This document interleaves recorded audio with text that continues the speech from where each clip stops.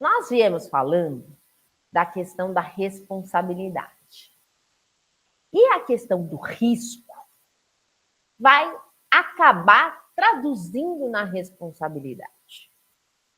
Primeiro ponto é a gente entender de quem é a culpa. Então, nós temos responsabilidade das empresas, responsabilidade do Estado e ainda uma responsabilidade das pessoas físicas também. Nesse meio ponto, nessa curvatura de quem é a culpa, em especial quando nós estamos falando de graves situações ambientais, né, como aconteceu em Mariana, como aconteceu em Brumadinho, como aconteceu no Rio Grande do Sul. Nós temos, em especial, que entender que quando nós falamos do meio ambiente, essa responsabilidade vai transitar por todas essas pessoas. Numa situações de forma mais direta e outras situações de forma indireta. Então, quando nós falamos, por exemplo, da responsabilidade das pessoas físicas, que é a nossa, né, enquanto seres humanos, quanto responsáveis pelo ambiente que nós vivemos, é muito fácil a gente entender que fácil, mas não tão implantado assim, que a gente tem que desenvolver coleta seletiva dentro das nossos lares, que é muito importante que os condomínios tenham isso como uma regra geral, que vá desde a questão da bituca de cigarro que a gente joga, da economia de água, quando a gente não fica 500 horas no banheiro tomando banho, até questões mais graves com relação ao meio ambiente, de cuidar do carro para que ele polua menos, até de optar por carros menos poluentes e etc. Mas isso é uma questão que eu tenho um impacto generalizado, não é? Eu tenho um impacto multifacetado. Mas existem outras situações em que eu tenho um direcionamento da culpa, seja porque foi negligente, imprudente ou imperito, seja porque a pessoa jurídica é diretamente responsável, ou seja, é um agente formador de risco ambiental. E para esse agente de formador de risco ambiental, excluindo a parte do Estado, mas também incluindo as empresas públicas, por que não? Como, por exemplo, a Petrobras, eu tenho situações em que esta culpa passa a ser objetiva, em especial em virtude do risco da atividade desempenhada pela empresa. Assim sendo, a questão do risco é de suma importância. Nós falamos anteriormente, na aula anterior, que esse estudo de impacto ambiental vai nos direcionar, inclusive para essa análise de risco e para o gerenciamento desse risco, ok? Então, a gente tem riscos ambientais como poluição, desmatamento, uso de recursos naturais, emissão de gases de efeito estufa, poluição acústica, poluição visual, acidentes ambientais. E aqui é algo tão complexo, né? Quem é um pouquinho mais velho, vamos dizer assim, vai lembrar de Cubatão, que era um agente extremamente poluente. Não que não seja ainda poluente, mas é muito menos do que era, inclusive tendo as pessoas tendo problema de saúde respiratória, pulmonar, né? E que acaba esses riscos ambientais tendo um aspecto social muito relevante. Isso quer dizer o quê? Esses riscos ambientais, seja a poluição, o desmatamento, os acidentes ambientais, enfim, eles ultrapassam meramente a questão da natureza de forma direta para também infringir toda a cadeia social. Então, quando eu falo, por exemplo, que nós vamos tratar disso numa outra aula, de ESG, certo? O impacto ambiental é até interessante quando a gente fala de ESG, a primeira coisa que a pessoa vem, é sustentabilidade. Não, é tudo um ciclo. Por quê? A ausência de uma governança corporativa eficiente vai aumentar o risco e, consequentemente, eu tenho impactos ambientais e impactos sociais com relação a esses riscos ambientais, gerados por uma má governança, gerados por uma má gestão, quando nós falamos de empresa, seja ela pública ou privada.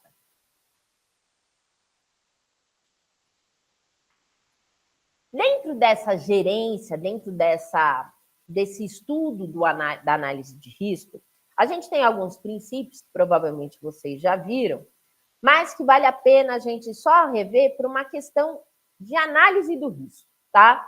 Então, o que eu vou passar agora para vocês, em que pese já tenha sido até trazido aí pelos professores, é uma visão um pouquinho mais aprofundada com relação à nossa matéria de hoje, tá? O primeiro princípio é o princípio do desenvolvimento sustentável. É claro que, como qualquer empresa, ela tem que ser sustentável. Mas quando a gente fala de sustentabilidade, eu necessariamente falo de gerenciamento, então eu tenho que dentro de uma empresa, a empresa por si só, ela tem finalidade lucrativa, porém, eu trago essa lucratividade também com um interesse ambiental, aonde, como eu falei para vocês, eu vou englobar toda a sociedade, uma vez que a atividade empresarial acaba impactando toda a sociedade, tá? Então, por mais que eu tenha que crescer, que eu tenha que gerar lucro, que eu tenha que gerar emprego, que eu tenha que aumentar a minha produção, ou seja, fazer com que eu tenha maior flutuação econômica, inclusive de bens e serviços dentro da sociedade, em virtude desse princípio, eu tenho que fazer essa análise de sustentabilidade, tá? Mais uma vez, lembrando, essa análise de sustentabilidade, eu tenho uma visão sistêmica, aonde eu tenho gerenciamento, eu tenho a questão do meio ambiente, eu tenho a questão social. Todas elas envolvidas num processo de sustentabilidade. O segundo princípio é o princípio da precaução. Isso quer dizer o quê? É até interessante, às vezes, se a gente for procurar lá no dicionário, precaução e prevenção, elas estão tão ligadinhas, né? E qual é a principal diferença com essa situação? Na precaução, eu não tenho risco comprovado. Aí vai estar a importância desse estudo de impacto ambiental, o EIA. E o RIMA também, né? Que é o relatório de impacto ambiental. Mas isso quer dizer o quê? A minha atividade, vamos imaginar a nossa atividade, né? A atividade jurídica. A princípio, eu não tenho nenhum impacto ambiental na minha atividade. Impacto ambiental sério. Mas eu tenho que fazer a coleta seletiva? Sim, como qualquer pessoa física, dentro das casas. Não é nada mais relevante com relação a isso, em virtude da nossa atividade profissional. No entanto, eu devo prevenir o aumento desse risco. Como, por exemplo, o descarte. Então, vou colocar numa outra situação. Eu tenho a manicure, por exemplo. A manicure, então estou falando salão de beleza, onde eu tenho descarte de embalagem, eu tenho descarte de embalagens de plástico, tenho descarte de embalagem de vidro, como, por exemplo, esmalte, né? Tenho produtos químicos. aonde eu tenho que ter cuidado não só com a manipulação, como também com o descarte. Então, pensando aí no ciclo de vida com relação a essa situação, uma situação simples, corriqueira, em que a gente está acostumado a ir, né, em especial nas mulheres, mas os homens também, mais, a cada dia mais, né? E tem essa situação. Aonde eu não tenho um risco nem médio, nem grave, mas eu devo me precaver em virtude da situação de haver risco, porque toda atividade existe risco, mas para que eu não venha a cair nessa questão de médio ou grave risco dentro da atividade profissional. Então, precaução, o princípio da precaução, ou seja, eu me precavejo de uma situação em que eu não tenho um risco por si só. A minha atividade por si só não tem grandes impactos ou médios impactos ambientais. Diferente disso, a gente tem o princípio da prevenção, aonde, em virtude do estudo de impacto ambiental, esse estudo já vai me sinalizar, ó, essa atividade, per si, ela tem impacto ambiental, seja ele médio, seja ele grave, tá certo? Por muitas atividades por si só, como, por exemplo, a mineração, a indústria química, as petrolíferas e todas as atividades coligadas a elas. Tá?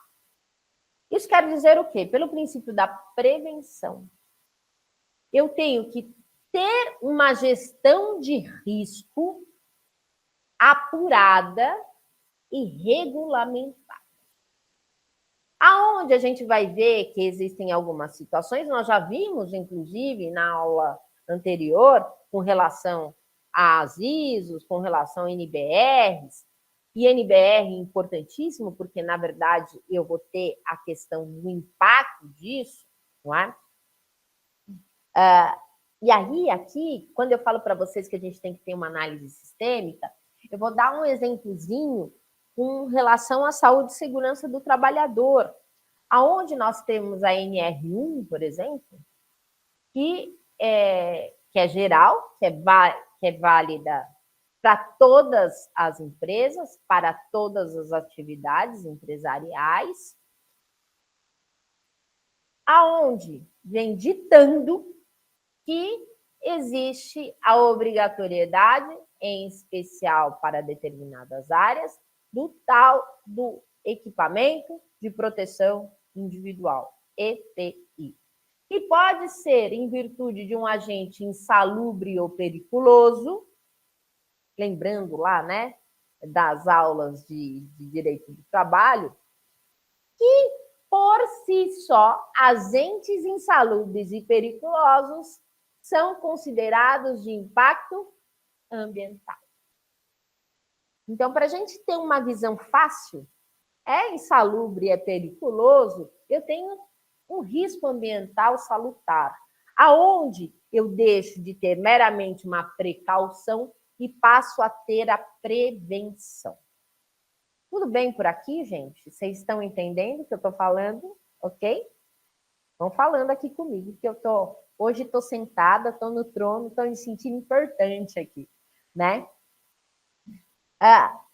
O princípio do poluidor pagador. Esse princípio está ligado diretamente à responsabilidade, aonde aquele agente que é poluidor per si tem responsabilidade objetiva, tem a obrigação de prevenir danos e, caso não assim o faça, ou faça de forma mazelada, ou seja, não eficiente, gerando dano, eu tenho a obrigação de repreender esse agente causador de dano, esse agente poluidor, repreendendo através de uma reparação, ou ainda de uma responsabilização, que, como nós vimos, pode ser administrativa, pode ser criminal e pode ser civil, ok? Quando eu tenho um dano coletivo, só lembrando aí, né, eu posso ter uma ação coletiva em virtude desse meio, do impacto no meio ambiente de forma coletiva a ser proposta pelo Ministério Público, por exemplo, tá? O princípio da participação pública. Então, o Estado, e aí o Estado nós estamos falando de governo federal, estados e municípios e Distrito Federal, como agentes fiscalizadores e incentivadores para a preservação do meio ambiente, segundo previsto na Constituição Federal,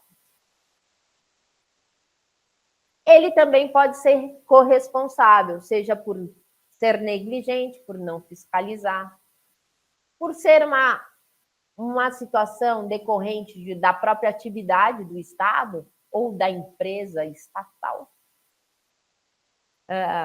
aonde essa participação pública de responsabilização é de suma importância, tá? E por fim, e aí a gente vai mais uma vez trazer a questão do risco. Eu tenho a questão do risco, da teoria do risco integral. Aonde eu tenho, através dessa teoria, que, em virtude da atividade per si, pensando de uma forma bem singela nesses agentes insalubres e periculosos, para a gente ter uma facilidade de compreensão, esses agentes poluidores, a empresa traz para si a responsabilidade objetiva, aí pensando lá no Código Civil, artigo 927, parágrafo único, se eu não me engano, eu tenho a responsabilidade objetiva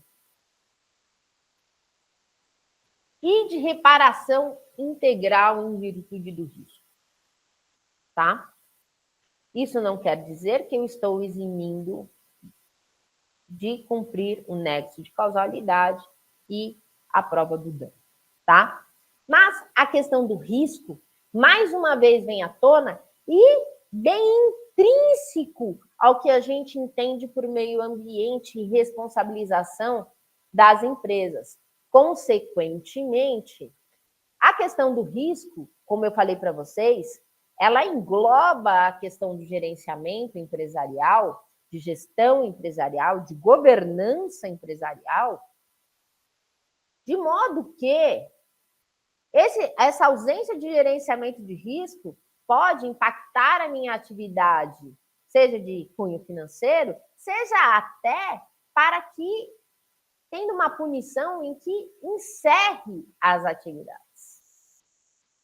Então, é algo que a gente tem que, ao pensar em gestão, ao pensar em meio ambiente, eu tenho que necessariamente abarcar a questão do risco, ok? E aí, nessa gestão de risco, nós temos a questão da prevenção e redução desses riscos. Isso quer dizer o quê? Vamos lá. Então, vou dar um exemplo para vocês, tá? Vamos pensar aí numa indústria química, indústria farmacêutica, tá? Vamos pensar nessa indústria farmacêutica, e nessa indústria farmacêutica eu tenho lá agentes químicos que, se jogados, por exemplo, no esgoto normal, eu posso ter um agente poluidor com certa gravidade, além do que eu ter contaminação de solo, tá? Isso quer dizer o quê? A indústria farmacêutica, por si, em virtude da atividade que ela exerce, do produto que ela desenvolve, ela tem a obrigatoriedade de fazer todo o estudo de impacto ambiental e nesse estudo, eu vou ter qual é o grau de risco de contaminação. Mais que isso, nós falamos da importância do papel do Estado como agente fiscalizador. Isso quer dizer o quê? É claro, eu posso falar que não tem risco nenhum ou que o meu risco é insignificante e, consequentemente, a coisa vai indo. Mas cabe ao Estado fiscalizar se esta informação prestada, considerando que isso tem que ter um profissional que se responsabilize por essa informação, por esse estudo, tá certo? E aí eu vou depender da área de atuação da empresa. E eu tenho também que certificar, eu, enquanto Estado, certificar que aquela informação é correta. Com o estudo de impacto ambiental, eu vou ter impacto no licenciamento, como nós falamos, e aqui, novamente, a gente chama a atenção para a questão do licenciamento e da possibilidade de autorregulação, de autodeclinação, tão questionada nesse projeto de lei que passou pelo Senado, aonde eu acabo fechando um pouco os olhos do Estado e a coisa vai indo, vai passando. Ah, não, olha, não tem isso, se ninguém fiscaliza não vai saber se tem ou não tem, a atividade é de baixo impacto, e aí eu posso ter consequências danosas irreversíveis. Okay? Por quê? Simplesmente por uma autodeclaração. Quando a gente fala também da questão da gestão de risco e com relação à prevenção e da redução do risco, que é o primeiro tópico aqui que a gente está tratando, há de a gente analisar que o papel do Estado na análise dessa prevenção é de suma importância. Vamos pegar lá o caso de Mariana, aonde ou de Brumadinho, né, ou do rompimento de barragens, aonde uma barragem, gente, se rompe da noite para o dia, a menos que tenha tido um abalo sísmico, né? Ou ainda, sei lá, um abalo, né? Qualquer.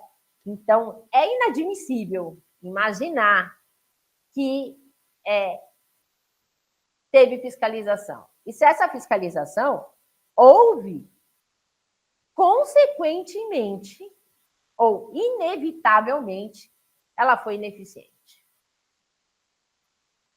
Isso quer dizer que não basta eu ter exclusivamente o estudo de impacto ambiental e fazer o meu planejamento de risco tão somente nas observações prestadas pela própria empresa. Há necessidade, e aí a gente tem a questão do impacto do licenciamento ambiental, de sua importância, de eu analisar se isso de fato está correto, se essa informação prestada está correta, não é? Até porque, como eu falei, de repente a gente pode ter danos irreversíveis. Mas, uma vez realizado o estudo de impacto ambiental, eu passo a ter uma ideia da gravidade do risco. Ou, claro, eu estou falando ideia, mas a intenção é eu ter índices comprováveis dessa análise de risco. E a gente já vai falar a respeito disso, tá? A partir do meu risco, do estudo de análise de risco, de impacto ambiental, eu gero uma outra obrigação, que é a questão da redução desse risco. Então, vamos lá. Eu tenho uma atividade que, por si só, ela sofre o risco. Isso quer dizer o quê? Eu tenho que criar meios, mecanismos para que não ocorra dano, para que não haja vazamento, para que haja o descarte correto daquele material, para que haja a manipulação correta daquele material. E aqui quando a gente fala de redução de risco, e tem um papel do departamento de qualidade muito importante. Então, é interessante porque se fala em qualidade, quando você pensa, né, numa questão de qualidade, você pensa necessariamente no produto, no bem, né? Então, bem é um bem de qualidade que está cumprindo as especificações técnicas colocadas, por exemplo, na bula do remédio, ok? Mas ele vai muito além. Por quê?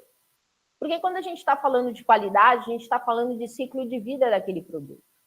Inclusive, com a obrigação de retirá-lo do mercado.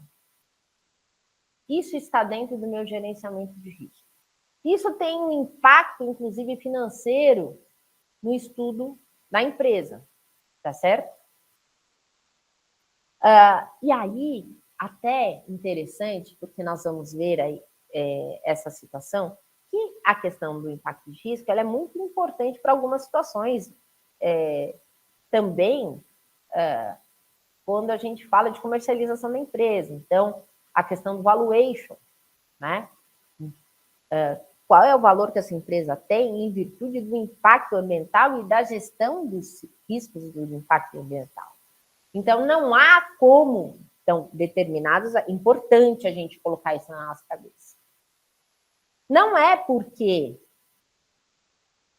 eu tenho uma atividade que ela tem um risco per si, que ela vai deixar de existir. Então, não vai haver, sempre vai haver manipulação de produto químico, por exemplo.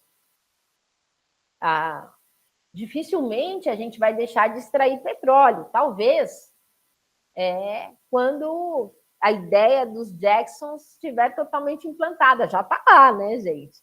Então, a gente já tem aí veículos elétricos, temos tantas coisas aí que o Hanna-Barbera já previu, né? Mas que a gente ainda está caminhando, embora nos últimos anos a tecnologia venha ajudando, nós ainda gozamos de algo muito ruim com relação à qualidade de vida da população de modo geral, porque o meio ambiente acaba afetando, e aí a gente tem alagamentos, a gente tem a questão, né, da mudança climática, nós temos um aumento do nível dos oceanos com derretimento das geleiras, e por aí vai. Que parece que é uma coisa tão distante, mas que a gente acaba vivendo isso no nosso dia a dia, não é? A questão da preparação, então, primeiro eu tenho análise de risco, depois eu preparo, dou a resposta e apresento, se for o caso, uma proposta de recuperação. Então, eu tenho todo um ciclo quando eu falo de análise de risco, tá certo? Se for deixar, eu estou aqui controlando o horário, que é um tema que eu gosto bastante, e aí a gente tem que controlar, vocês vão me parando aí para a gente não deixar nada para falar, tá bom? Ainda, especificamente, quando a gente fala de gestão de risco, a gente tem princípios de integração intersetorial, pensando no conhecimento do risco. Então, primeiro ponto importante. Eu não posso gerenciar aquilo que eu não conheço, tá certo? A questão da sustentabilidade, inclusive, quando a gente fala dessa economia circular, tá? E a participação da comunidade. Aqui, gente, eu vou aqui mais, deixar aqui um pouquinho, não vai estar aqui, perdão, vou voltar. Existe a questão da política do entorno, muito aplicado quando a gente fala de ESG, que nós vamos ver aí futuramente. Isso quer dizer o quê? É muito importante nessa gestão de risco eu também prever não só o que acontece dentro da minha empresa, como também o reflexo do que acontece dentro da minha empresa, numa política de entorno, ou seja, na comunidade ao redor daquela empresa, e também com relação ao impacto social, se como consequência daquele risco, tá? Então, vamos pensar numa situação gravíssima aí, voltando aí à questão de Mariana. Eu acabei com uma cidade. Eu tive mais de 200 mil pessoas desabrigadas. A economia parava. E eles não conseguiram se restabelecer até hoje. Anos depois. Praticamente, acho que 10 anos, né? Se eu não me engano, foi 2015. Se me corrijam se eu estiver errada. Mas, olha só.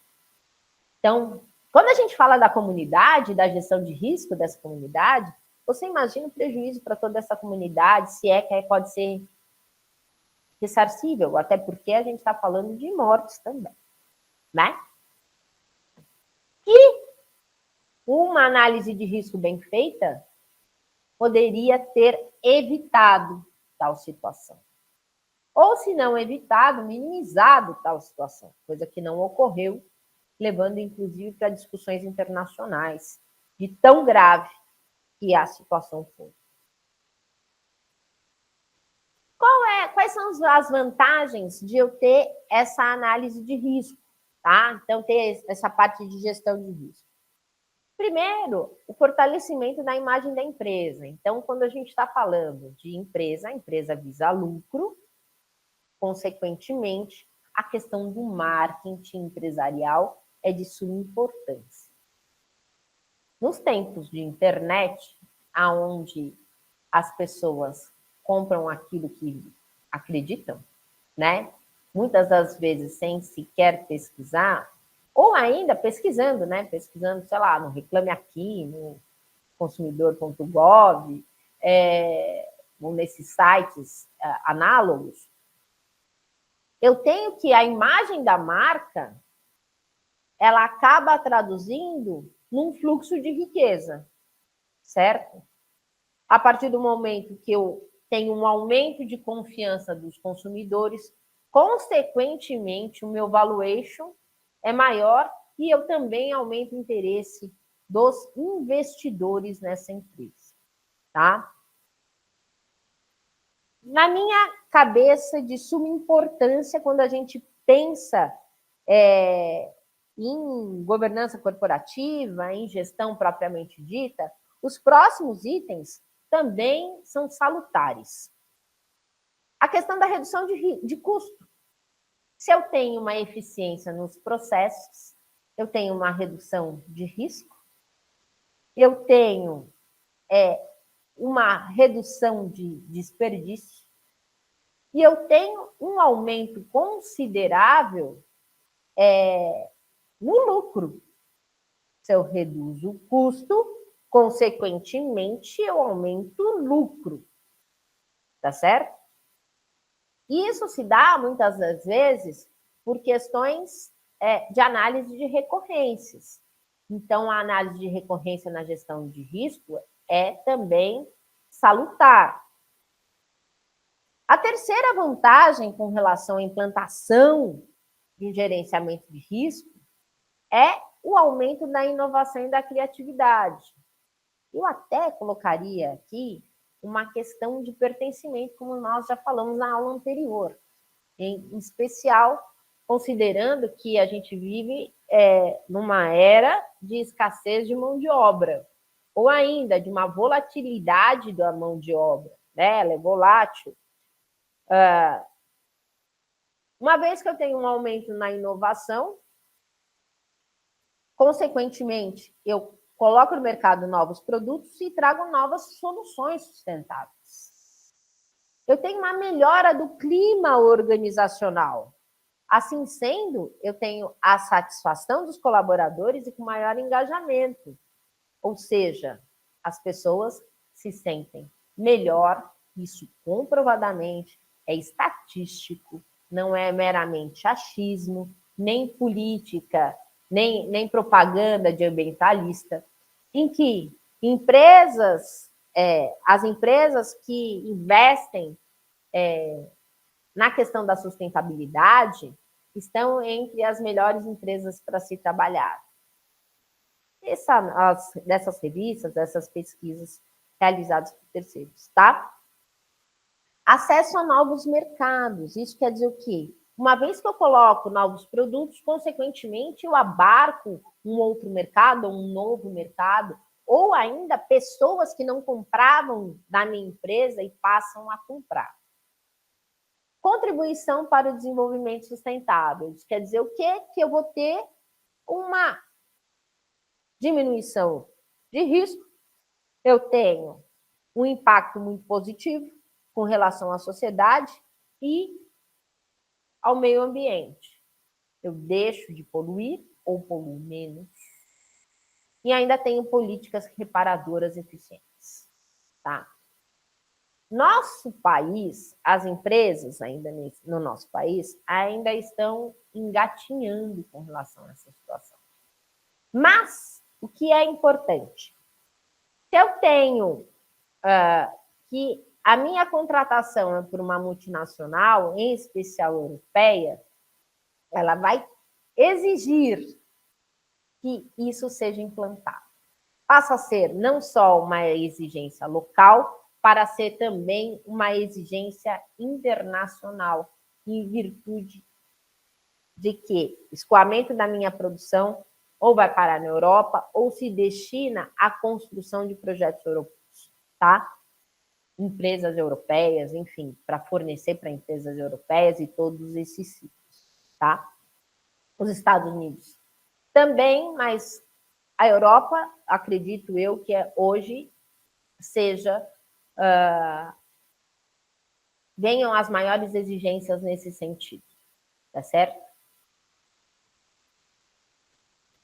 Também Japão e alguns outros países asiáticos, e a China vem caminhando para isso também, por incrível que pareça, né? Vem também fazendo solicitações quando se trata de terceirização, ok? Quais são as etapas para identificar para fazer essa gestão de risco, tá? Então, o primeiro ponto é a identificação. Qual é o risco? Qual é o impacto desse risco? Até onde ele vai? A segunda análise e avaliação, onde eu crio, eu tenho que ter necessariamente um mapeamento para isso e profissionais gabaritados para que eu possa analisar, emitir um relatório e fazer com a avaliação da situação em loco, com a avaliação da situação específica com relação ao risco gerado pelaquela empresa. Aí, uma vez identificado, analisado e avaliado, eu passo a ter a obrigação de ter um planejamento e controle. E aí, para isso, eu tenho que ter uma visão estratégica e sistêmica de todo o ciclo de vida da minha empresa, incluindo fornecedores. Certo? Por quê? A minha empresa cumpre tudo bonitinho. Porém, compra produtos para chegar no produto final, né? De empresas que não têm essa mesma sistemática, tá? Isso quer dizer o quê? Eu, como adquirente de uma empresa que não tem preocupação com o meio ambiente, eu estou agindo de forma a fomentar isso.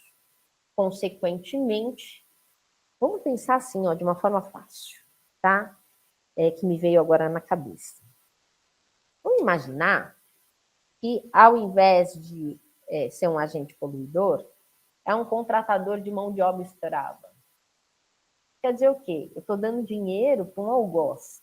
Assim também acontece com o meio ambiente, tá? Então, eu tenho que fazer todo o planejamento, E depois de fazer o planejamento, eu tenho que criar mecanismos de controle para quê? Para que eu possa verificar se aquilo que eu planejei, aquilo que eu identifiquei, está sendo corrigido e controlado. Tá? E, posteriormente, monitorado e fazendo uma nova avaliação. É até interessante a questão do monitoramento constante e a avaliação também. Por quê? Não adianta eu simplesmente falar, olha, existe, implantei, mas eu não sei se essa implantação teve a sua eficácia e eficiência atingidas, ok? Para isso, é muito importante eu criar mecanismos de avaliação, eu tenho que ter métricas, gente. Todas as vezes que eu estou falando de gestão de risco, eu tenho que ter parâmetros, inclusive para indicar se eu estou melhorando ou não. Eu tenho que ter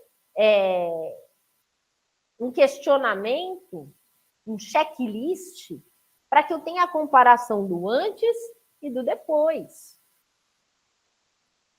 Para que eu possa provar, inclusive para as autoridades, que eu estou tendo ações corretivas e preventivas.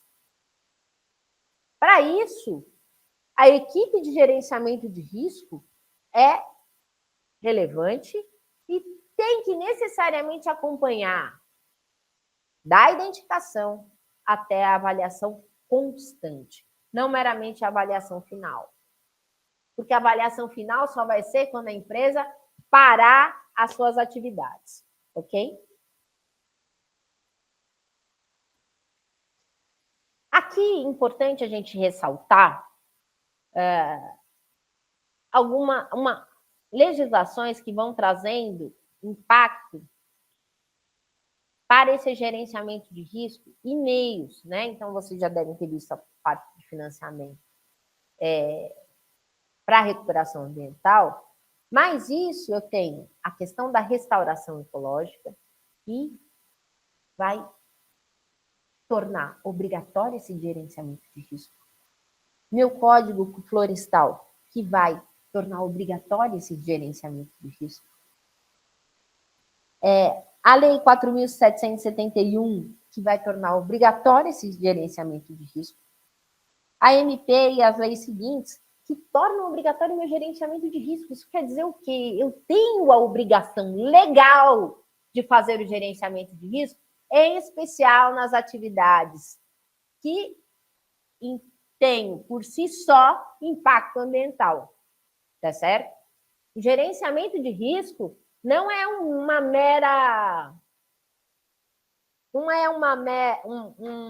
mera escolha gerencial, e sim uma obrigação legal quando eu estou tratando de atividades de risco, ok? Tá?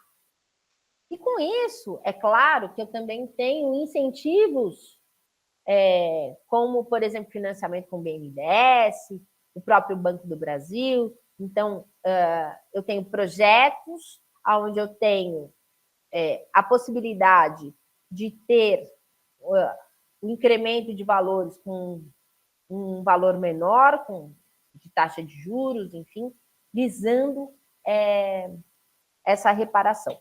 E, como eu falei para vocês, aqui o governo do estado criando também projetos para que eu tenha essa redução de impacto ambiental ou uma compensação desse impacto ambiental.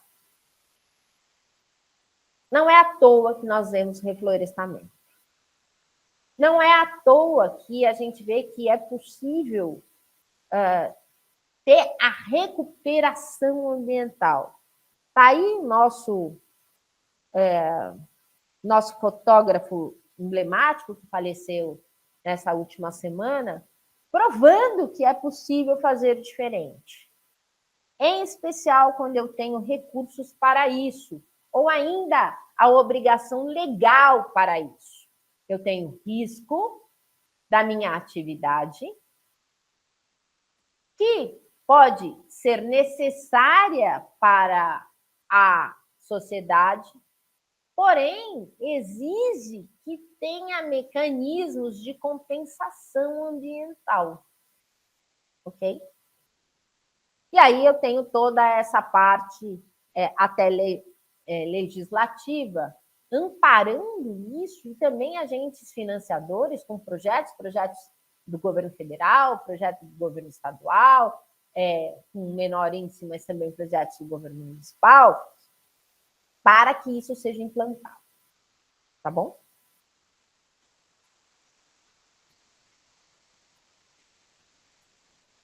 Aqui, indo para a nossa... Alguma pergunta sobre gerenciamento de risco, gente? Estão muito quietinhos. Aliás, eu sinto a falta de pessoas aqui dentro da sala de aula.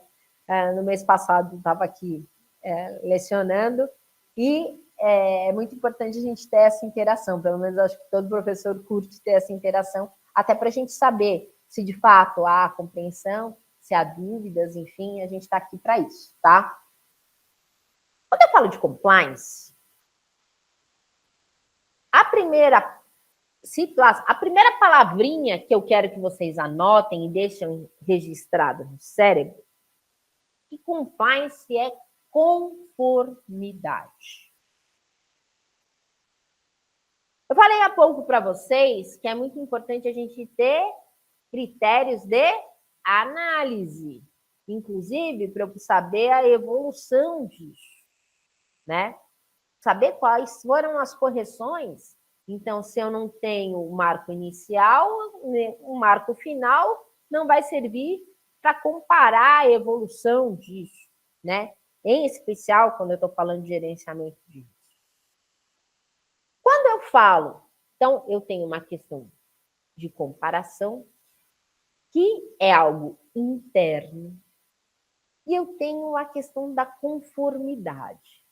A conformidade também é uma comparação, mas é uma comparação de aplicação de legislação e regulamentos.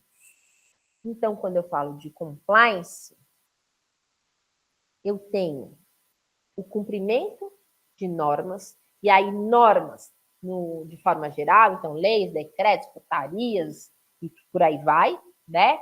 Relembrando lá a introdução das normas do direito brasileiro, não é? Então eu tenho todo um arcabouço de norma, não pensando a norma exclusivamente como lei, né? Como eu falei para vocês, a gente tem NBRs, tá? Aonde eu tenho, e também uma questão ética. Isso quer dizer o quê? Quando eu falo de comportamento ético, ele é supralegal. A ética vai além da norma. A ética, ela tem o intuito de informar que aquilo é bom para a sociedade. E aí, pensando num princípio aonde eu tenho não só a operabilidade, a sustentabilidade,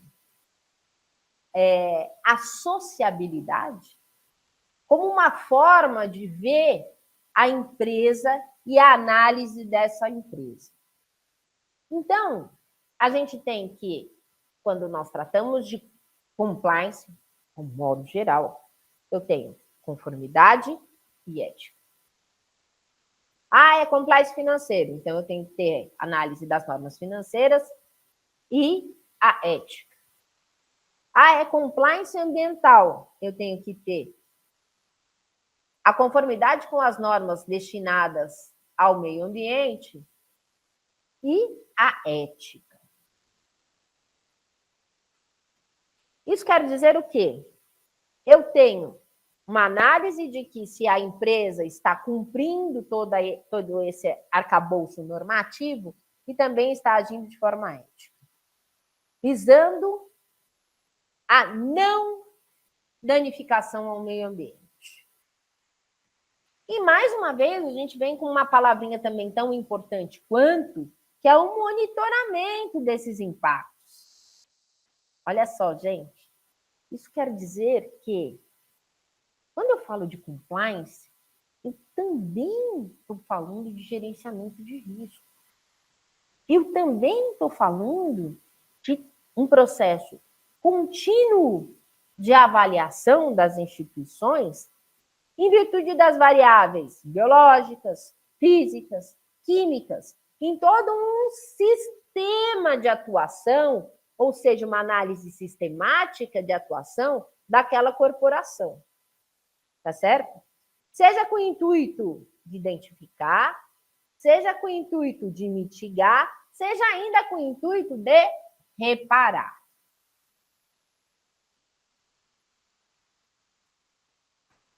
Assim, a gente tem, dentro do processo de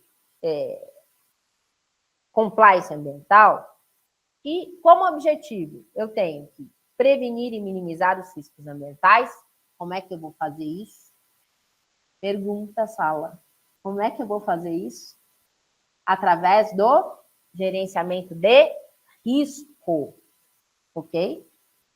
Garantir a sustentabilidade das operações. É importante a gente entender sustentabilidade sob dois aspectos. O aspecto ambiental e o aspecto econômico também. Por quê? Porque o olhar meramente ambiental pode fazer com que a empresa deixe de existir. Isso quer dizer, e aí eu vou ter impactos sociais muito grandes, não é? Isso quer dizer o quê?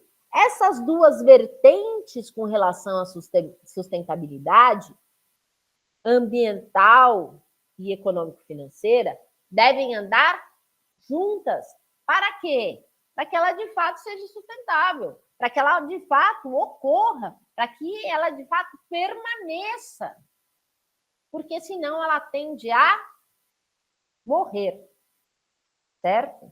E aí todo aquele estudo, tudo aquilo que foi planejado, acaba não sendo operável. O segundo objetivo é fortalecer a reputação da empresa. Então, é algo que a gente já viu. A questão do compliance é algo onde a gente vai ter a questão da imagem, e isso tem aspectos financeiros interessantes, além de reduzir custos com multas e sanções. Uma vez que eu tenho o compliance ambiental implantado, eu tenho uma análise de quê? De que a empresa está cumprindo as normas. Uma vez que ela está cumprindo as normas, eu não tenho por que falar de multa ou sanção. Tá certo? Tem um tipo de penalidade em virtude do cumprimento das normas. Tá? É claro que isso também tem impacto na gestão de risco. Ok? Como é que eu implemento isso? Então, através do conhecimento de regulações ambientais, mais uma vez a gente trazendo aqui a importância com relação ao estudo, ao conhecimento da atividade daquela empresa, do ramo de atividade daquela empresa, tendo em vista que existem regulamentos, ou seja, legislação, normas específicas sobre aquela situação. Então, uma vez que eu vou atuar, por exemplo, na área de construção civil, que pode ter grandes impactos ambientais, não é? Dependendo, inclusive, aonde é feita essa construção, eu tenho normativas específicas sobre a questão da construção, tá? Vou dar um exemplo. Vamos imaginar que eu estou construindo numa área de manancial. Será que eu posso? Eu tenho limitação? E aí eu tenho limitações, por exemplo, de zoneamento. Se eu estiver falando de área urbana. Se eu estiver falando de área rural, também. Então, é necessário, então, para a gente ter uma ideia da complexidade dessa situação, eu tenho que ter o conhecimento geral de leis que se aplicam, de normas que se aplicam a qualquer tipo de empresa, e tenho que ter também o conhecimento setorial. Para quê? Para que eu, de fato, esteja cumprindo todas as normas destinadas àquela situação específica. Então, primeiro, para eu saber se está cumprindo, se não está cumprindo, eu tenho que conhecer, tá? O segundo passo é avaliar os impactos ambientais das atividades, ou seja, análise de risco. O terceiro é o desenvolvimento de um plano de conformidade. Então, vamos pensar no seguinte. A minha empresa ainda não tem implantado determinada norma, mas eu tenho que a implantar. Seja porque eu corro o risco de sofrer alguma penalidade, seja porque eu necessito reduzir custos dessa operação e fazer essa gestão de risco. Isso quer dizer o quê? Eu vou ter que conhecer a norma, verificar se a norma está sendo cumprida ou não, e fazer um plano para cumprimento da norma a partir de então, ou então de manutenção do cumprimento dessa norma, tá? A quarta situação é a implementação de práticas e procedimentos para garantir a conformidade. Aqui mora algo de suma importância, que eu gosto bastante e se faz muito necessário, que é o treinamento. Então, não adianta a alta gestão ter o conhecimento da norma, enquanto o responsável lá pela manutenção, ou ainda o peão de obra, por exemplo, não saiba que ele tem que cumprir essa norma. Isso quer dizer o quê? Eu tenho um compliance totalmente vazio e meramente no papel. Então, é muito importante eu fornecer esse conhecimento, claro, de uma forma com que, para que cada setor da empresa trabalhe no cumprimento da norma a que lhe é atinente, eu tenho que treinar essas pessoas. Eu tenho que criar procedimentos que tornem aquilo um hábito. Tá certo? Vou dar um outro exemplo. Próximo, para quem não trabalha com compliance ambiental, para quem não tem, tá tendo conhecimento agora, tá? Então, vou dar um exemplo, paralelo. Tenho a questão, mais uma vez, do equipamento de proteção individual. Muitas das vezes a empresa fornece, tá certo? Detalhe, viu? Gerenciamento de risco. Forneceu lá o EPI. Mas fornece, pega lá, né? Olha, assina aqui, fulano, que você recebeu. Ah, tem validade, passou a validade, ó, assina aqui, fulano, você recebeu um novo. Só que ele não usa. E aí, ele acaba, vamos pensar com relação a barulho, certo? Poluição sonora. Então, a empresa é uma empresa que gera poluição sonora pela sua atividade. Fornece a proteção auricular para o funcionário. Ele não usa, ela não fiscaliza, certo? Ele fica surdo.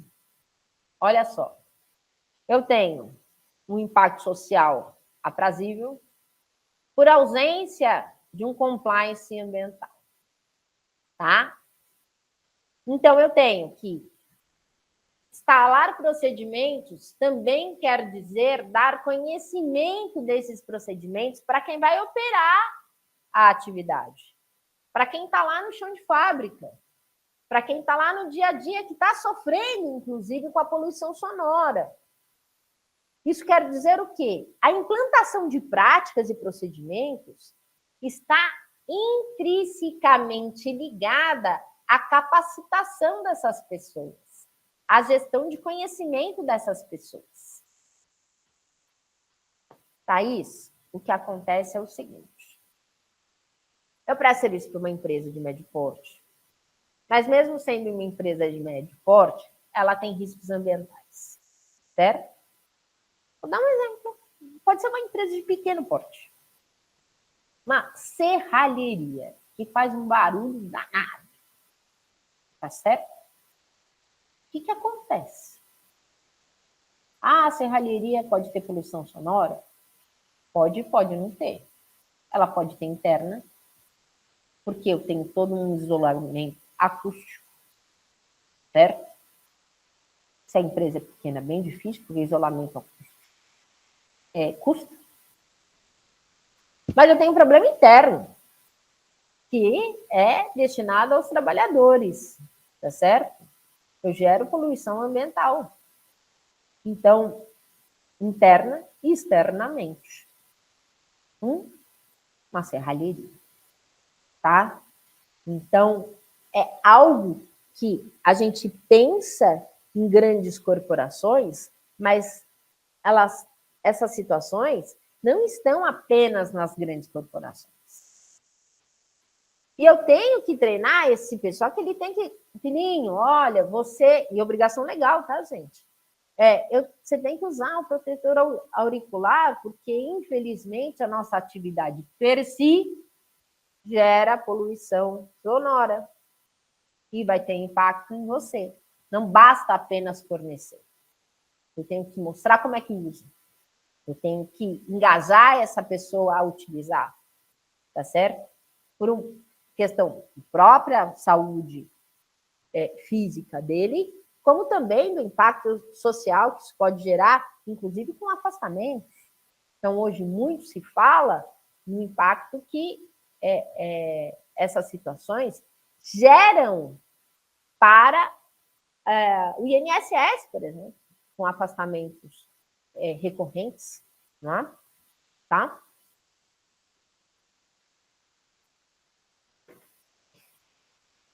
E aqui, dentro do compliance, então, não adianta a gente simplesmente analisar, avaliar, treinar e não monitorar.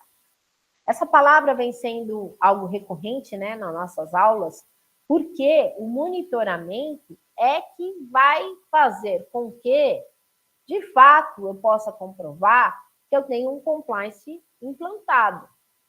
Muitas das vezes tem aquele engajamento, é bonitinho, olha, ou a gente sofreu uma penalidade, teve uma multa gigantesca aí vem a autogestão e fala, não, precisamos mudar tudo. Cria procedimentos novos, contrata profissionais, não, agora a gente vai fazer diferente. E aí, treina uma vez, muda, né? As pessoas mudam. Mas eu tenho um certificado lá que treinou, mas a pessoa que está lá já não é mais a que treinou. A pessoa que está lá não sabe mais, ela não tem conhecimento de o que ela deve fazer. E todo o impacto que isso causa. Isso quer dizer o quê? Monitorar, eu tenho que identificar e avaliar esses impactos. Inclusive com relação ao conhecimento das pessoas que vão operar a atividade. Eu tenho que monitorar a qualidade, por exemplo, da água e do solo, do ar, do barulho.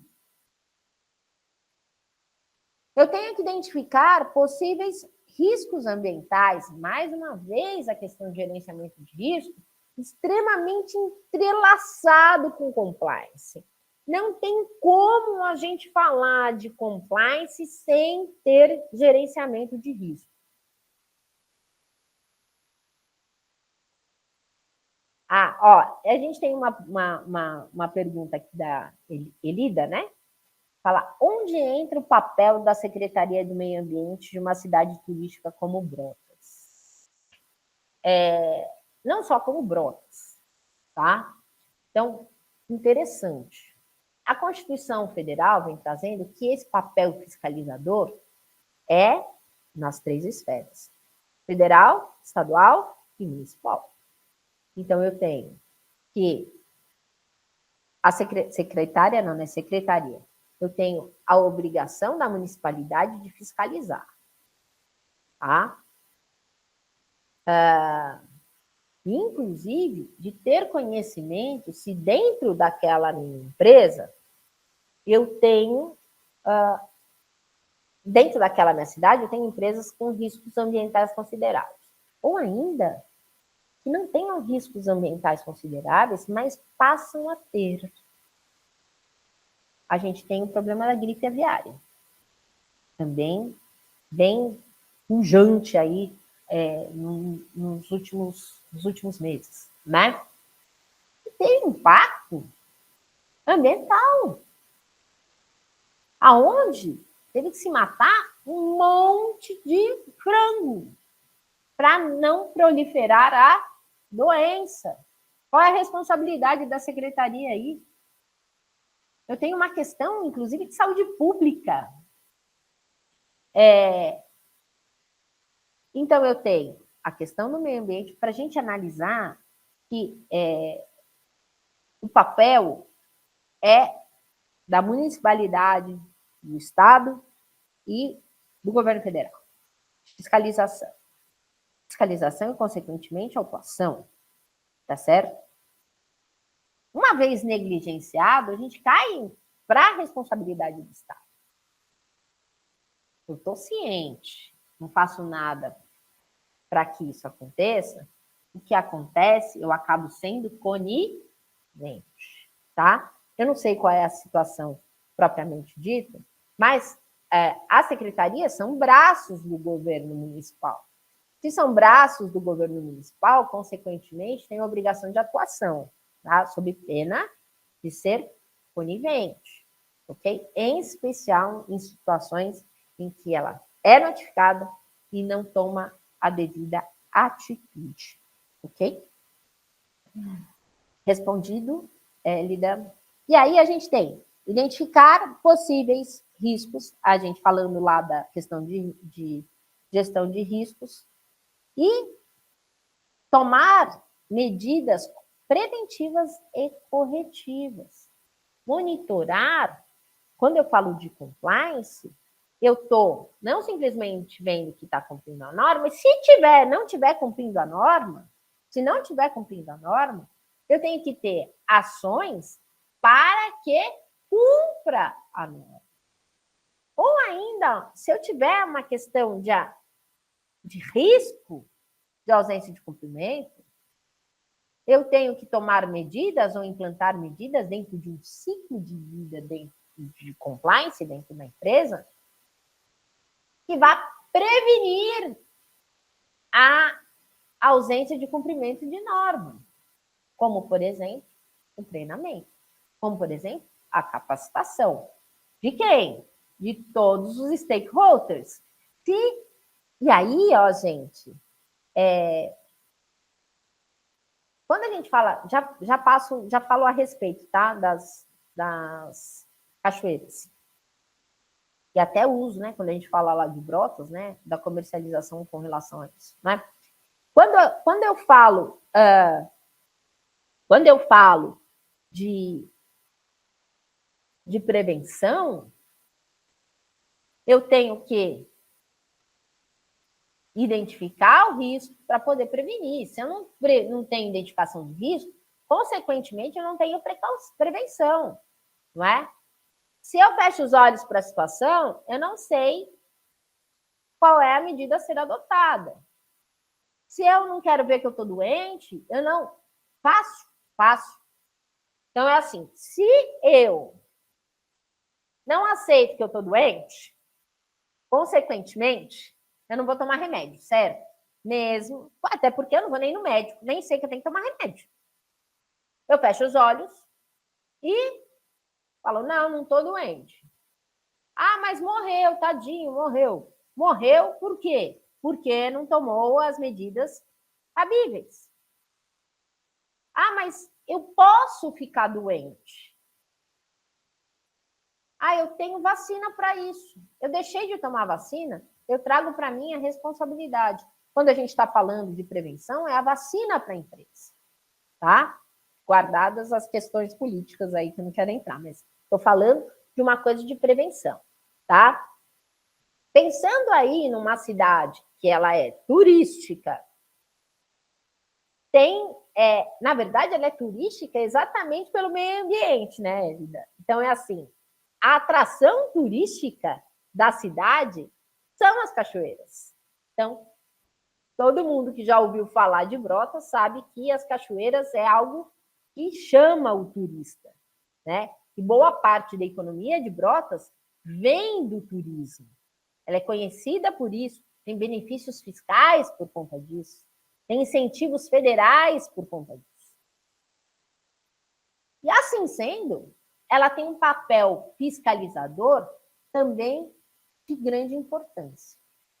Mas Thaís, rios, Mata Atlântica, ela é de competência do Estado, tá? Mas a análise, a fiscalização das empresas que lá atuam é de obrigação da prefeitura, não é? Ela gera imposto ISS sobre aquele serviço que é prestado. Como é prestado? Tem impacto ambiental? Não tem impacto ambiental? Está sendo utilizada? Estão sendo cumpridas as normas? Não é?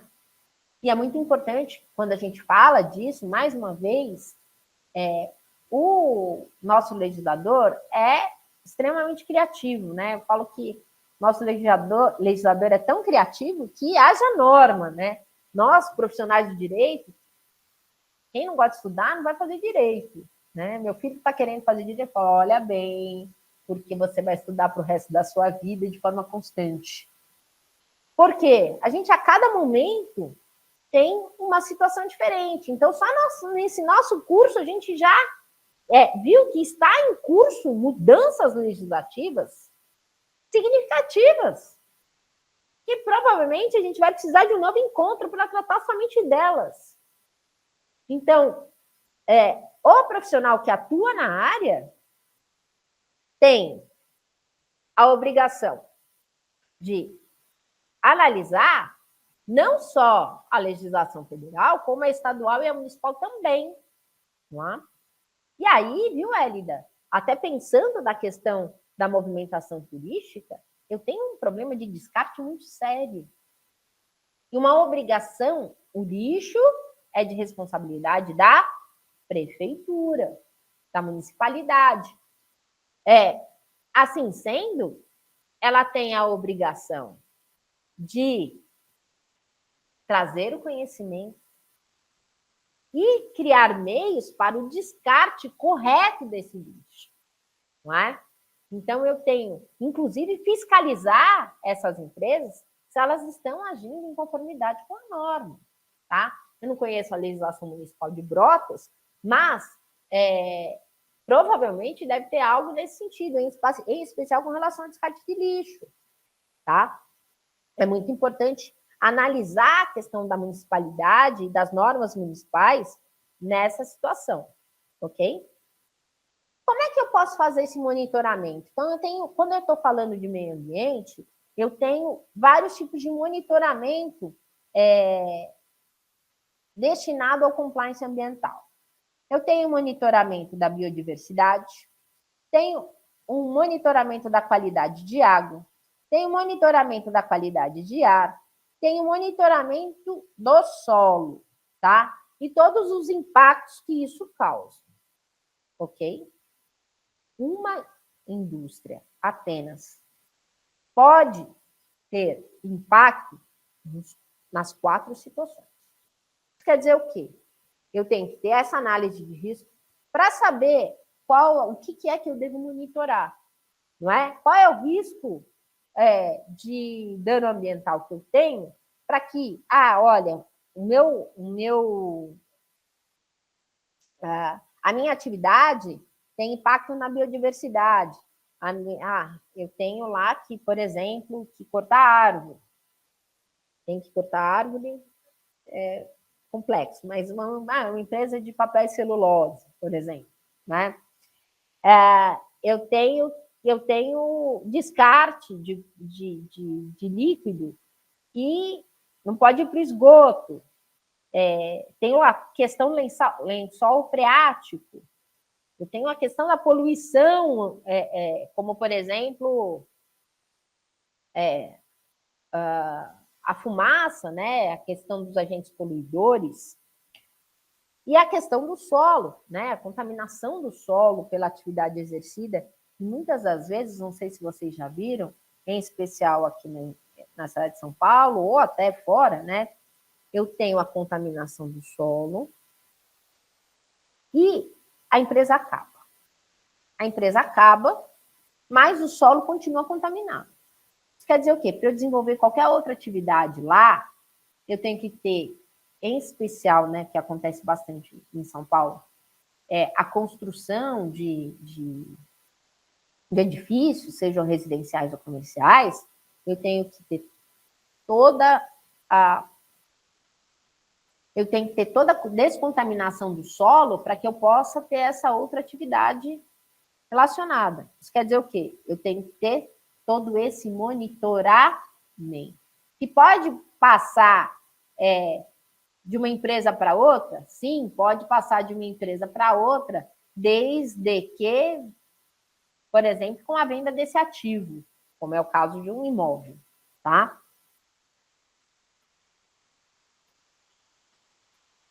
Deixa eu controlar aqui. Aqui a gente tem que, quando a gente fala de boas práticas, compliance, do due diligence, que a gente já vai ver o que é, necessariamente eu tenho que pensar no interno e no entorno. E esse entorno é bastante importante para a empresa que quer implantar ESG, tá? Isso quer dizer o quê? Todas as vezes que eu tenho um estudo de impacto ambiental, um risco ambiental, uma atividade profissional que per si tenha riscos, ou não seja só um agente de precaução de risco, eu tenho que ter o estudo não só do que acontece dentro da empresa, como o impacto dentro do entorno, ou seja, dentro daquela comunidade, tá? Isso, gente, vai abarcar diversas situações, tá? A gente tem aqui algumas imagens que eu selecionei que eu achei que são importantes. Vou eu traduzi-las, tá? Então, a primeira coisa é a questão do funcionário propriamente dito, do operador, não é? Eu tenho a atividade, eu tenho a questão da inclusão, eu tenho a questão do meio ambiente com relação a reflorestamento, a questão da energia, aí, inclusive, que cabe e existem, a gente sabe, por exemplo, que quando você tem faixas de consumo de energia, onde você tem um aumento do valor da energia. E a justificativa é exatamente uma questão ambiental. Isso quer dizer o quê? Quanto mais você consome, mais você extrai da natureza. Se você extrai mais da natureza, consequentemente, você tem um aumento de risco. Isso vai desde a nossa casa, então eu posso ter um aumento de energia, do valor da energia, em virtude do meu alto consumo, até as empresas, tá certo? E isso tem impacto ambiental, ok? Eu estou falando do próprio ambiente da empresa. Eu estou falando de uma questão, quando a gente fala de compliance, uma vez que eu estou falando de ética, tá? eu estou falando de equidade. Até vou voltar aqui um pouquinho.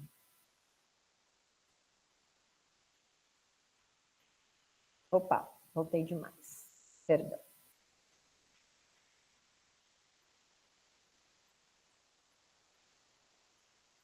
Eu vou voltar aqui um pouquinho. Por que isso, gente?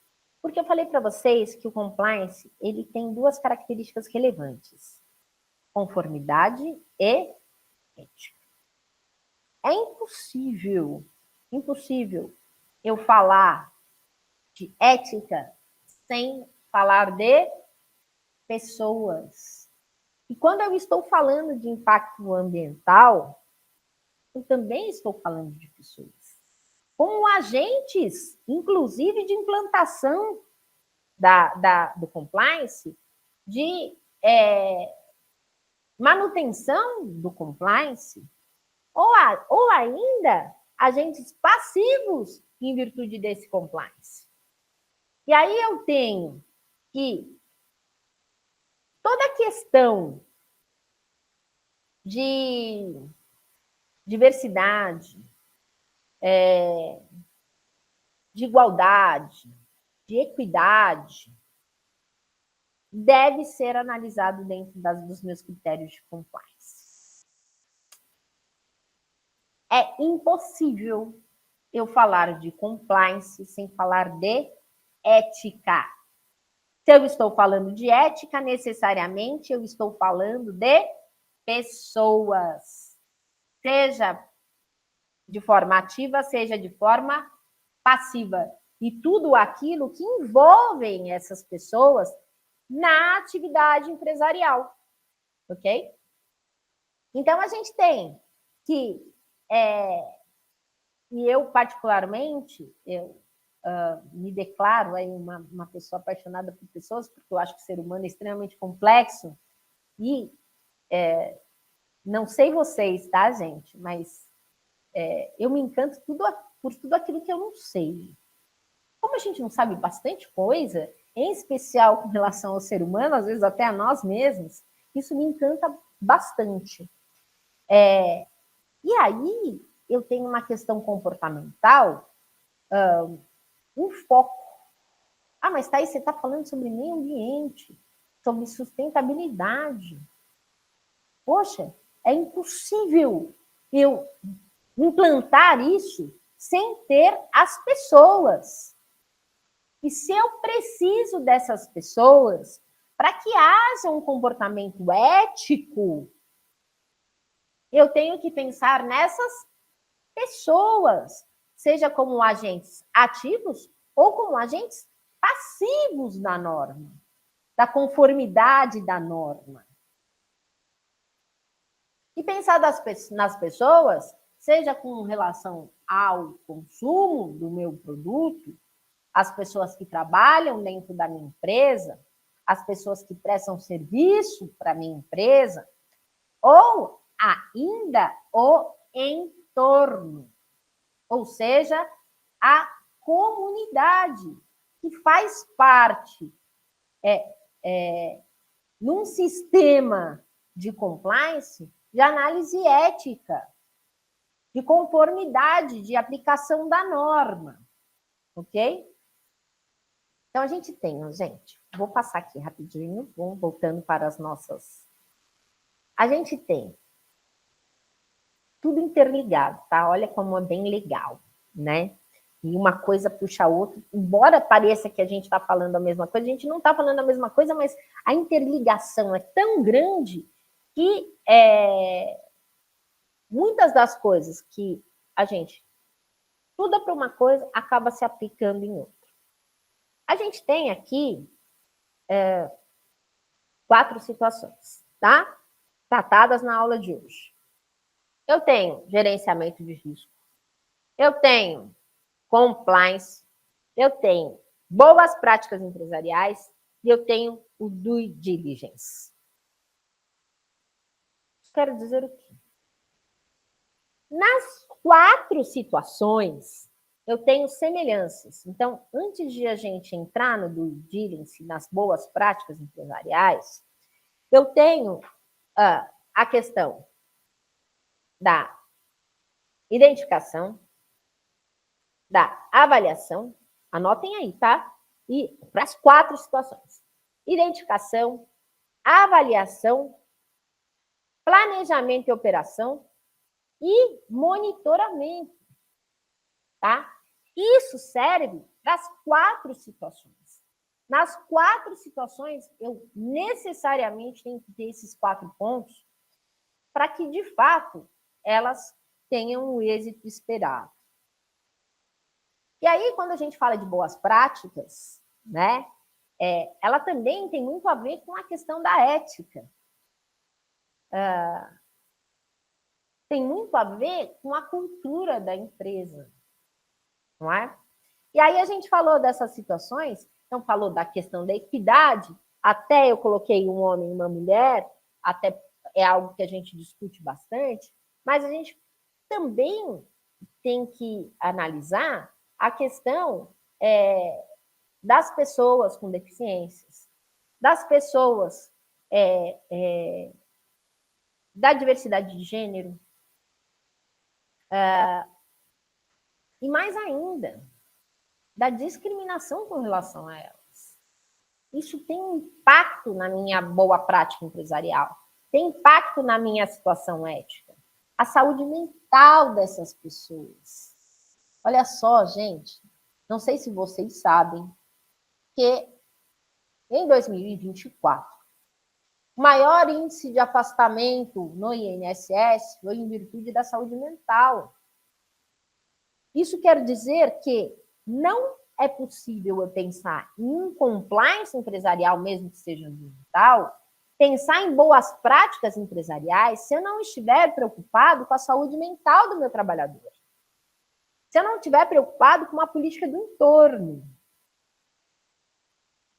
Se eu não estiver preocupado em não ter burnout dentro da minha empresa, ou burnout, não é? E todas essas questões mentais em que, nos dias em que nós vivemos, elas estão cada vez mais salutares. Nós vivemos sob pressão o tempo inteiro. E aí, ótimo, não vai ter pressão, não vai ter cobrança, então vamos ver lá o lado do empresário. Porra, desculpa, a gente não pode mais cobrar o trabalhador? Não, não é isso não. Eu posso cobrar, mas eu tenho que saber cobrar. Eu tenho que saber cobrar e também aquela pessoa tem que saber receber. Porque nós precisamos saber receber. E isso está dentro de boas práticas empresariais. Por quê? Cobrança faz parte do negócio. Somos cobrados, temos prazo, temos que executar a coisa de forma eficiente, né? Eficaz, temporal. E isso tudo existem regras. E regras são para serem cobradas. E nós vivemos hoje uma dificuldade de cobrar, né? E, consequentemente, também com uma dificuldade de receber essa cobrança. E, quando eu falo de boa prática empresarial, eu estou envolvendo todo esse sistema exatamente por uma questão, não meramente porque, olha, eu quero que as pessoas sejam lindas, maravilhosas e felizes. Não é só isso, não é? Que seja isso. Mas a gente tem que lembrar que o objetivo da empresa é gerar lucro. Se é gerar lucro, eu vou ter mais lucro se eu tiver menos problema. E a questão das boas práticas empresariais, elas vêm pensando nisso, em eu ter menos riscos, menos problemas e, consequentemente, mais lucro. Ok? Então, aqui a gente vai mencionar, para vocês terem uma ideia mais prática da coisa, tá certo? O que seriam essas boas práticas, tá? Aqui é só situações para a gente ter de exemplo e para vocês ficarem atentos ou terem um pouquinho mais de conhecimento prático com relação à área, tá? Então, o que é considerado boa prática? Atenção para a gestão das pessoas. Aquilo que eu acabei de falar agora. as pessoas. Embora muito se fala, desde a indústria da Revolução Industrial, né? É até interessante para quem nunca viu o filme do Charlie Chaplin, veja, né? Já era uma crítica, será que seremos substituídos por máquinas? Muito se fala, até nós, advogados, seremos substituídos por máquinas? Sempre para operar a máquina vai precisar de pessoas, pelo menos por enquanto, né? Isso quer dizer o quê? A questão do envolvimento das pessoas e da gestão das pessoas a cada dia se torna mais salutar. Até na nossa atividade profissional, se eu fosse indicar para vocês hoje, eu sou uma pessoa que gosto bastante de estudar. E áreas diversas, para serviço para a empresa, e eu tenho uma ideia de que o advogado tem que ter um conhecimento sistêmico, mas pensando na atividade do cliente, obviamente, mas eu falaria para você, estude pessoas. O advogado tem que ser especialista em relações humanas. Isso é muito difícil, gente. Não é? Mas ter boas práticas com relação a isso requer procedimentos. E procedimentos que o papel do advogado representa algo crucial para a formação desses procedimentos. Utilização de ferramentas para otimizar a gestão. Não adianta você ter ótimas pessoas e não dar condição de trabalho para essas pessoas. Inclusive, para quê? Para que eu possa gerir melhor. Tá? Tem um planejamento produtivo, que tem a ver com eficácia e eficiência. E aí a gente vai, né, falar de gestão é algo bem interessante, mas a gente pensando aqui na parte ambiental, eu tenho um reflexo, e aí, só pensando nesses 3 tópicos iniciais, eu tenho uma coisa que se chama de envolvimento da liderança. Sem envolvimento da liderança, a efetividade dessas boas práticas não vai ocorrer. Implemente métricas e Key Performance Indicators. Que é isso? Não é? Eu preciso ter critérios, tem que ter parâmetro. Então, para eu saber se a empresa está cumprindo A, eu preciso ter regras, eu preciso ter parâmetros. E mais ainda, para que haja um processo de melhoria, uma avaliação de melhoria. Eu só avalio quando eu tenho parâmetros, tenho critérios métricos de avaliação, indicadores. E é isso aí, tá? Então, indicadores de performance, tá? Como é que isso está ocorrendo? A empresa está cumprindo de fato essas regras ambientais, não é? Otimize processos internos. Isso quer dizer, deixa eu ter que correr aqui um pouquinho, tá? É muito importante eu ter processos internos eficientes, a atualização frequente, saber quem está operando tem para me dizer, porque é aquela história, né? Quem está lá na boca do balcão vai poder saber, quem está lá conversando com o juiz vai poder saber, às vezes, melhor do que a pessoa que fica lá atrás, fechadinho no escritório. Quem está conversando com o cliente vai poder saber. Então, o que essa equipe quer dizer? Qual é o que a operação quer dizer? Conheça a realidade do empreendimento, a questão da setorização,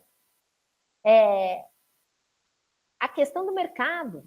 O mercado está trazendo de novidade, eu tenho que comparar isso, né? E, muito importante, a questão da agregação do valor social, em especial com uma questão de política do entorno, tá? Mas o que é essa tal de due diligence, não é? Quando eu falei de métrica, due diligence nada mais é do que análise de métrica, ou seja, é um processo de avaliação sistemática que visa identificar esses riscos ambientais associados ao negócio. Ou seja, eu tenho o quê? Eu tenho um critério, tá certo? Para que eu tenha uma avaliação. A due diligence é essa avaliação, de forma fácil, tá? Então, de forma fácil, a due diligence, de modo geral, é uma avaliação. Quando eu falo de due diligence ambiental, eu estou falando dos riscos ambientais, que permite garantir que essa empresa ela tenha essa conformidade com a legislação. Isso quer dizer, mais uma vez, lembra que eu falei para vocês que está tudo muito interligado? Para eu ter um compliance implantado, eu tenho que ter due diligence, ok? Tá? O que é bem importante, até não só, tá?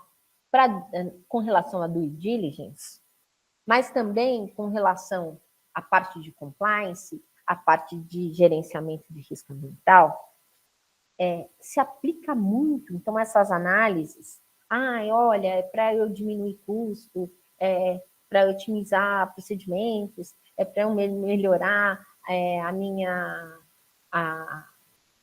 imagem no mercado, mas também para ter critérios para uma fusão e aquisição empresarial. Isso quer dizer o quê? Qual é o valor da empresa? Eu tenho critérios, métricas necessárias para poder mostrar para o mercado quanto é que isso vale. Qual é o risco do meu negócio? Porque se eu tenho um alto risco ambiental, consequentemente, e não trabalho com esse risco, eu posso ter uma desvalorização gigantesca nas minhas ações. Tá? Inclusive, como eu falei para vocês, valuation, que é a avaliação da empresa, quanto é que isso vale? Isso vai ser um indicador dentro do meu valuation, tá? Também para acompanhamento dos fornecedores. Lembrem-se que eu estou falando de todo o processo produtivo e se eu tenho critérios de avaliação, eu vou poder saber se aquela empresa pode ser meu fornecedor ou não. Para isso, eu tenho que ter métricas. E sempre que forem utilizadas, é necessário para eu ter uma tomada de decisão.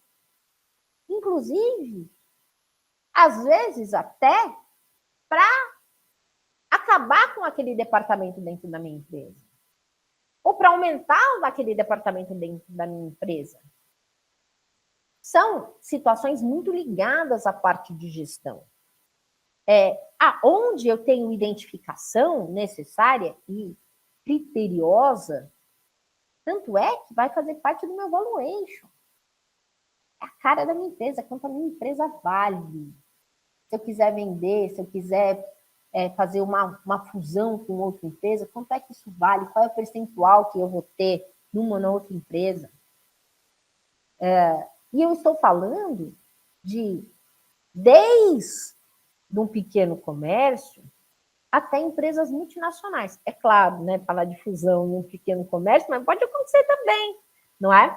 Mas eu tenho que saber metrificar quanto é que isso vale, qual é o meu risco, porque o risco tem um impacto gigantesco no valor do negócio, tá? E ainda, como uma forma de tomada de decisão de gerenciamento e análise desse meu fornecedor. Então, por exemplo, existem empresas especializadas para fazer análise do fornecedor, ou departamentos para fazer análise desse fornecedor, para saber se ele cumpre as normas. Isso é muito comum na implantação de ISO, por exemplo. Tá? Como é que eu faço essa due diligence? Primeiro, eu tenho que ter a análise documental. Isso quer dizer o quê?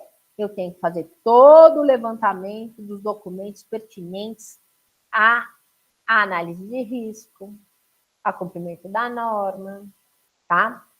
Depois eu vou para campo, eu vou analisar, vou verificar se de fato o que está no papel é o que ocorre de fato. Tem que identificar os passivos ambientais. Isso quer dizer o quê?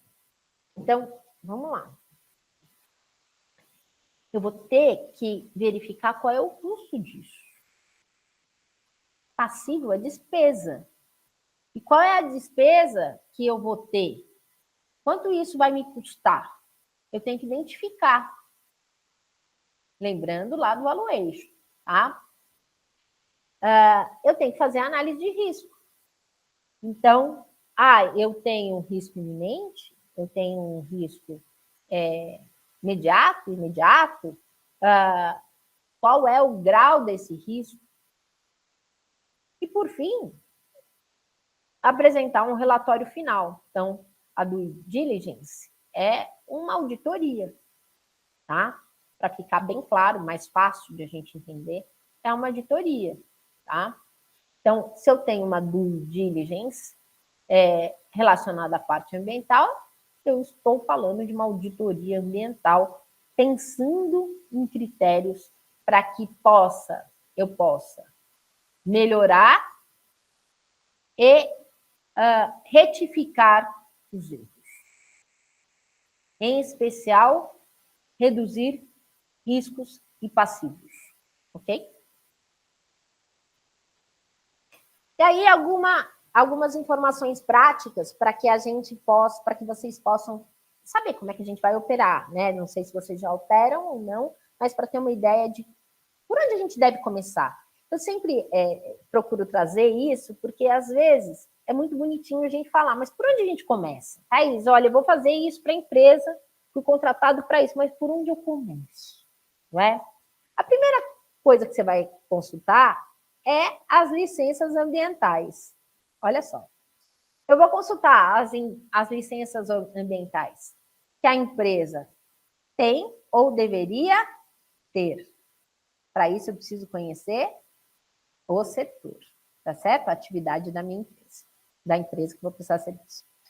Os dados sobre embargos ambientais em uma determinada área. Isso quer dizer o quê? Eu tenho que conhecer a região. Por exemplo, se é uma área de preservação ambiental, se é uma área de manancial, se eu posso ou não posso construir, se eu tenho alguma restrição, tá? Listas de áreas contaminadas, se eu tenho a questão da contaminação do solo.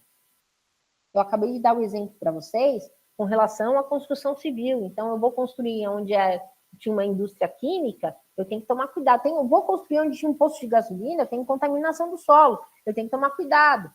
Né? Então, eu tenho prazo para fazer a descontaminação, isso custa.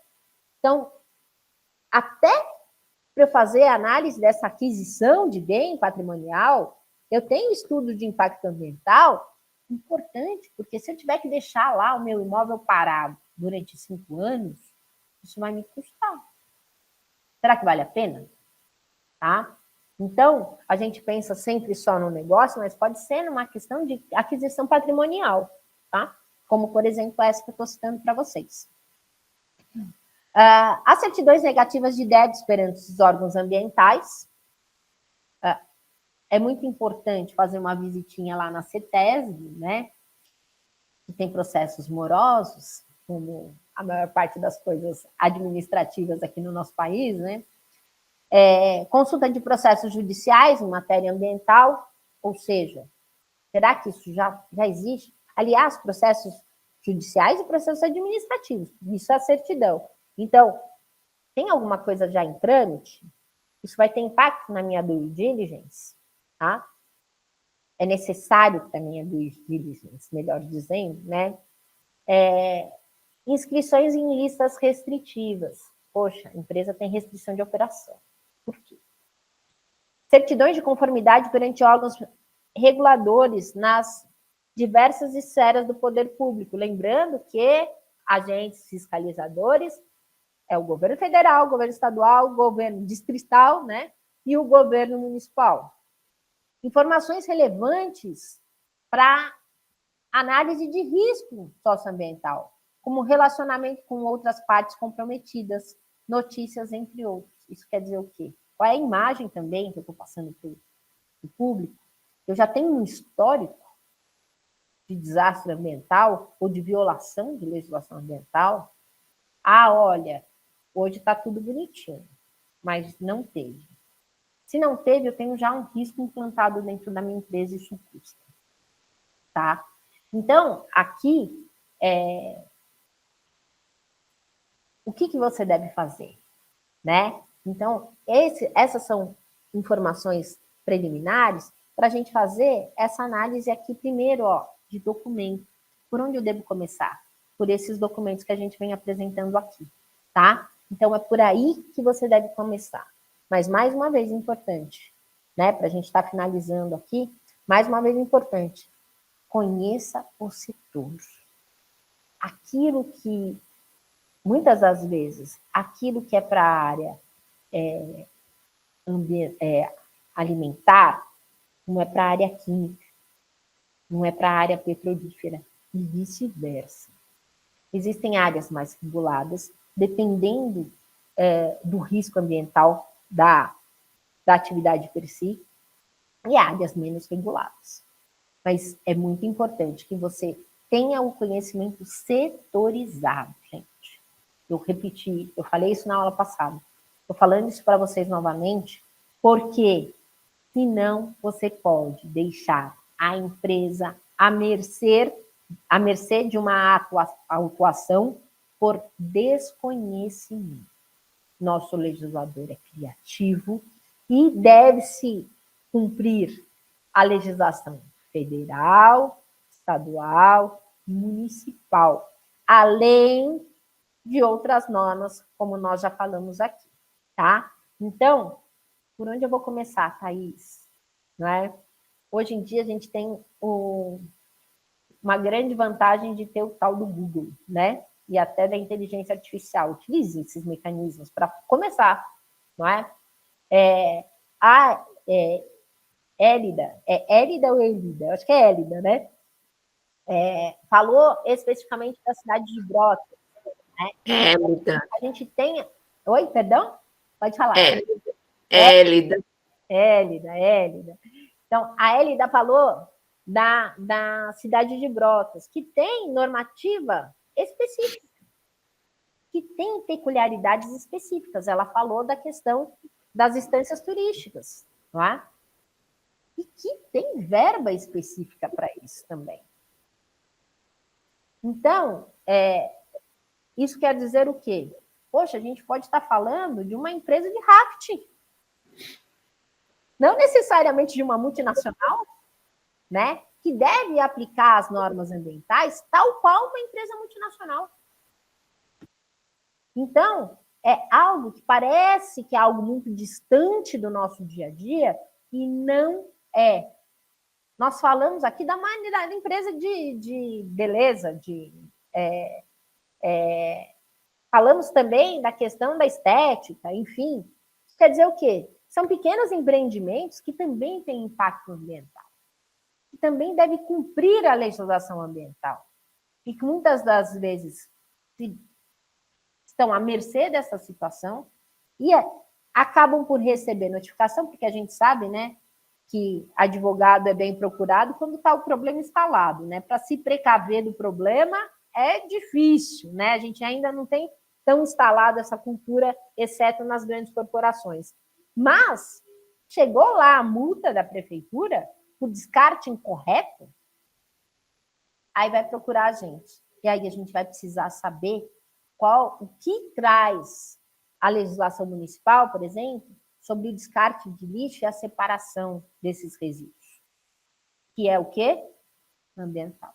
Ah, mas é o esmalte da unha. É o vidro da esmalte da unha. É o esmalte da unha. Tá? Se tiver legislação específica no município, deve ter descarte também selecionado e tipificado. Tá bom? Dúvida, gente?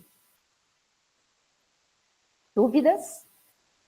Eu quero agradecer mais uma vez, pedir mais uma vez desculpa aí pela minha ausência na sexta-feira, por essa troca, né? Porque uma professora não pôde dar aula, a gente acabou trocando e eu acabei me confundindo, o erro foi meu, eu assumo a responsabilidade, mas na quinta-feira a gente traz a aula, que seria de sexta, também, eu acho que até de uma forma muito complementar por aquilo que a gente está falando hoje, e vamos falar de SG, né? Que é uma área que eu estou também bastante encantada, juntamente com essa parte de gerenciamento de risco. Como eu falei para vocês, são áreas que se casam, que se complementam que são necessárias cada vez mais, até porque a gente sabe que a tendência é a gente ter problemas ambientais, e os problemas ambientais surtirem efeito no nosso dia a dia, já estão implantados na nossa vida, né? Então, as exigências tendem a ser maiores nesse sentido, e é um grande nicho, um nicho bem interessante que a gente pode estar se aproveitando. Tá bom? Eu aguardo vocês na quinta-feira. Amanhã o Rafa está aí com vocês. E eu agradeço muito, muito, muito. E eu quero que vocês participem, hein? Na quinta-feira a gente vai falar de ESG. Tem bastante coisa por aí. E eu quero que vocês tragam todas as perguntas possíveis e imagináveis para a gente ver se a gente consegue solvê-las. Tá bom? Beijo, gente. Ótima semana a vocês.